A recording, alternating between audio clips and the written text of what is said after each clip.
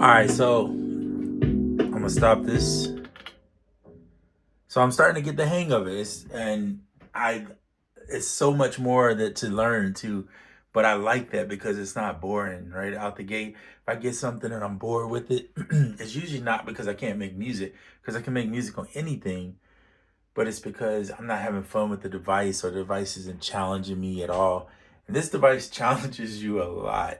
SP was like that, and I think that's why I ended up loving it so much because it took me a couple months to get the hang of it. And but once I got the hang of it and understood it, the fun started happening where I could, be able to explore more and do other things. So I'm sure this will be the same, but in this first pattern, this is kind of me messing with some jazzy kind of sounds. I'm using the iPad actually for a lot of stuff too. Particularly like if I want to sample the some keys or whatever, I can do that using the pads too. I have write some chords. So if I want to get that out of it, I got that access. Of course, I could play that, but I'm using the keyboard because I prefer to play on the keyboard. Just especially when I'm playing actual solos and notes. But yeah, learning this is a track mute, so I'm gonna get out of here. And the BPM, I'm using a swing, so it's nice to have that ability because obviously on a step sequencer, you could play in some stuff unquantized, but I like the idea of being able to have the swing and just adjust it, even when I play and stuff. Um, Little things like that are really make it easy to use. Tweaking the hi-hats to get them to sound the way you want. Being able to tune it, doing everything. Now, can this stuff be done in Koala? Yes. Can this stuff be done in Drumbo? Yes. Other devices too. So just because I'm using this device doesn't mean that you have to go get this device. I'm just doing it because this is what I'm having fun with, okay? And it's about having fun. And when you stop having fun, that's where the problem starts. So you gotta find whatever is making you have fun. And I'm in the process of doing that. So over here, I'm using Swam Flute. And I could play it on here, but again, I prefer to play with the keyboard. So I have that routed in. I use EOS 2 for the reverb. And then this is Desert City. And I'm just using this for like a little delay with the more character than delay, but it's there, but the little added part on the end. So that's just giving it a little flavor right there. Sending that in. Now that's not recorded in here. I'm just doing it live. I don't think I would do too much soloing in this box. You could do it. I know how to do it in the SP, and I always struggle with the SP. Like, do I want to do a solo in the SP? And so I know how to do it, but I just think it's easier to, at that point, just do that in the DAW. Get your real bread and butter, your basis for your track done in here, then take it to the DAW, export it out, and then finish out your solos and whatever else you want to add. Or if you're trying to do something live, then of course you can do it live. That's easier. This is only 4 bars. It's one thing in here that doesn't get talked about much, but being able to slow down samples and stuff is incredible. So I think that gets overlooked. So I use the stretch in here to take the sample and then tune it down a little bit to create something crazy. But I could also do some stretching in here with the page, just drop it down to half time it or something. I'm not too worried about that. I like the way it sounds. If I want to change it, I can always change it. I like having the levels right here. The mixer is pretty good too. I'm gonna turn this up a little bit.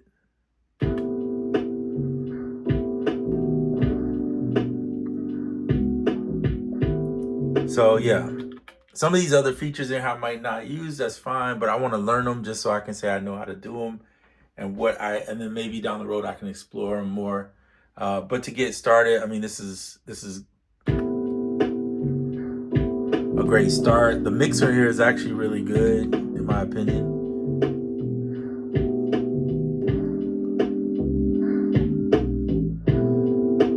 Turn that compressor up. And the mixer right here. You got all your 16 channels that you can move through. Start adjusting. Some of the track levels, I did them over here just because I'm doing them as I go. You can see them. But then when you go down, you'll see these. I adjusted the chords. Now,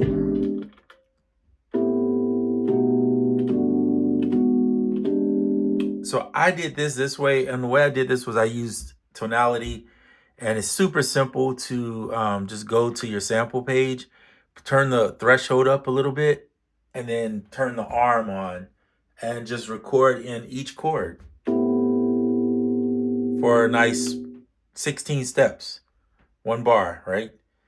That way you have enough if you want to play them in, which is what I did. Then after I recorded them in, then I went back in and played them and adjust the volumes. So you don't have to do it that way. You could just record straight into the thing.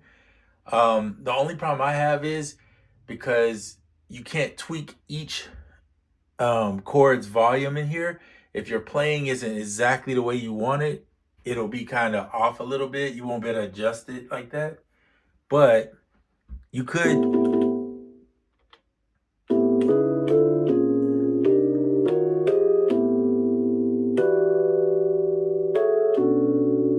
take one chord, play a chord in, and then play the chord across the key range. So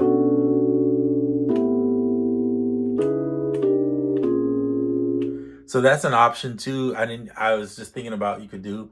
You don't have this option, unfortunately. You could do this on the SP404, but I find it not to be as good on the SP404. When you're doing chords on there, I just usually record in the chords the same way I'm doing here. That's just why I did that way, because I'm used to that.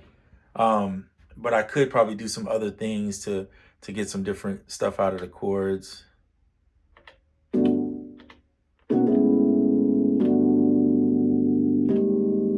Like if you want to transpose the chord a little bit, I guess this is pitching it, or I don't know if this is pitching or transposing.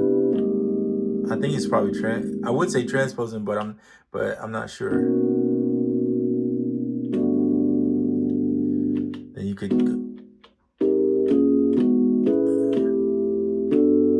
It's just really cool, man. One chord could get you some crazy stuff in this machine. And anyway, so it's options galore, of course, and that's what makes it fun. And I'm not bored, so I'm enjoying myself. All right. Somebody said get an MPC. I respect that. MPC can do so much. It is a good tool. But I find with the MPC is where it's headed right now is more of in the DAW territory. So I might as well just get a DAW at that point, which I already have. So I wouldn't mess with the MPC right now. And maybe down the road it'll intrigue me more again, but right now it just doesn't, because it's not different. And I need something different to make me want to buy something. Like if I'm going to get something, purchase something, I need to get something that's different from what I have. This is very different from, it's different even from Drumbo, but Drumbo is similar. But it's different. Even Drumbo has way more capabilities as far as allowing you to do certain things, whereas this machine it doesn't have that. So I guess in a sense you're paying for the limitations to work a little harder, but in a way it makes you work differently. So you got to take that bitter with the sweet. There's things this thing needs to be fixed, certain bugs and things they need to work out. Hopefully in the next 6 months or so they'll iron all that out. That's my hopes. You never know, but from what I'm seeing, they seem to be more gassed on keeping their machines like tip-top shape and doing what they're supposed to do. They seem like a reputable company. Been around for a minute, so I'm kind of going off of that and hoping that they will fix problems or a little whatever's that needs to be worked on. Oh, so back to the mixer. So yeah, so the mixer being able to go through, and then of course the mixer has its effects too that you could use. I'm not really using the effects in here too much. Set monitor, post, and record. Oh, all right. So yeah, I like the compressor in here. I like the fact that it has a mixer. The effects I'm not sold on. Although I do say the what is it called? The bit reduction is not too bad. I mean, and the overdrive is not too bad. They're not bad. The delay, reverb, and chorus, I haven't really feel like I need to use it. It's kind of like, it's cool, but maybe when I get more exploratory, exploratory, is that a word? Maybe when I get to where I'm exploring a little bit more and I want to use it, I might find some use case. Right now, I just haven't seen it. It looks like it's per track basis. So you could change, because this is track 10. Yeah, so each track has its own. So you could change your tracks. I kind of like having, I'm glad they gave that you have 16 tracks now, because I wouldn't want to use this with 8, being that it's not polyphonic. It's um doesn't have that feature. So I would be kind of disappointed, because then when I want to do like 4 chords, 5 chords, here's 5, I'd have to, like, where would I put those chords? I'd have to put them all on one track. And then I'd be kind of limited as to what I could do. So having more tracks at least, I mean, if they ever make it polyphonic, that would be incredible. But um, I'm not tripping on that. Most of the time in here, I'd probably do some interesting glitchy stuff with drums, bass. I could do a bass in here because I don't have to worry about 2 notes at one time. And then I would probably obviously be doing samples. And if I need chords, I would do my chords. Or I'd play the chords on the computer or play them in here and then just send them over and chop them up. I mean, there's options. It's the same way I worked with the SP. So I'm not, like, for me, it's fine. Um,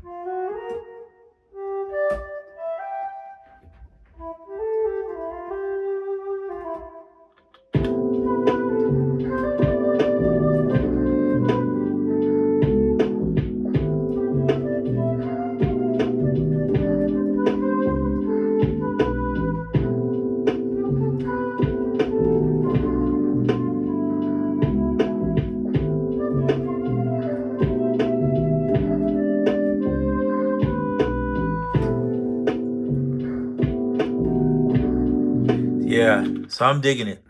But anyway, I just wanted to do a video, kind of update day 2. I'm enjoying it a lot. It's starting to remind me of a combination of the SP, where as well as the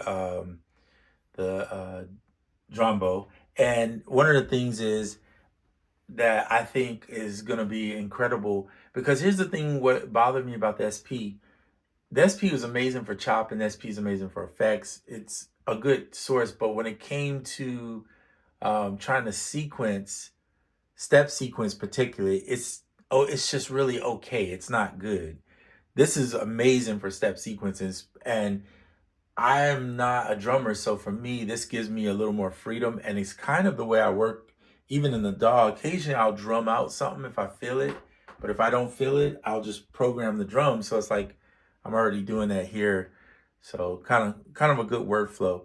Now, mind you, I've had people comment recently on my. I don't know if they're just trolling or if they're um, just trying to be a nuisance, but whatever the case may be, I don't make my channel, I don't edit my channel or try to give you some generic, sell you something on the channel. I am not doing music to sell you that you should go get this machine. I don't work for Elektron. Me and Elektron had some issues at first because of some of the stuff they were doing as far as their financing was going.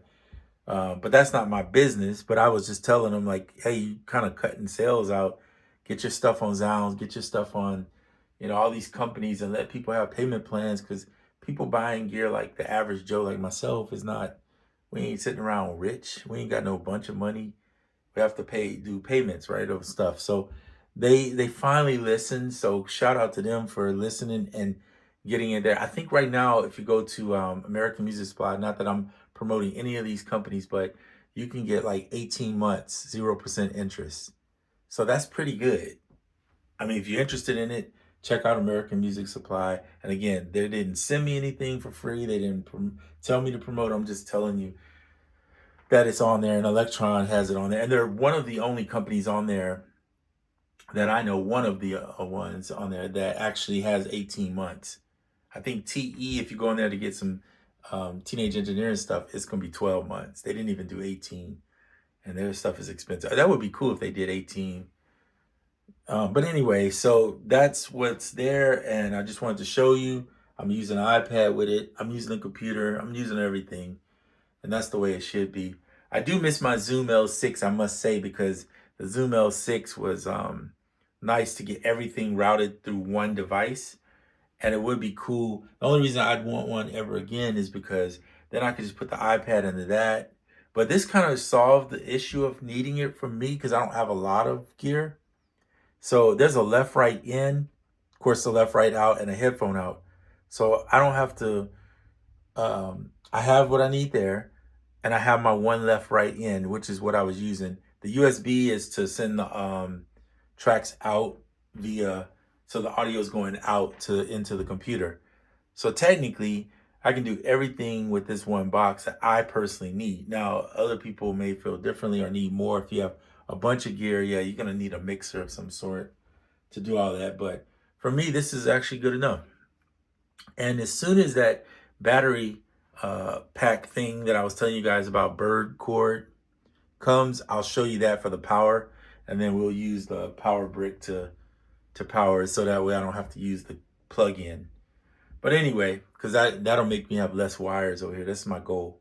So the only thing about the power brick is, of course, you got to charge it. So it's more for when you travel, you'd want to use it, or if you go somewhere you don't want to take all the big this and you don't have power somewhere outside, you want to go make music.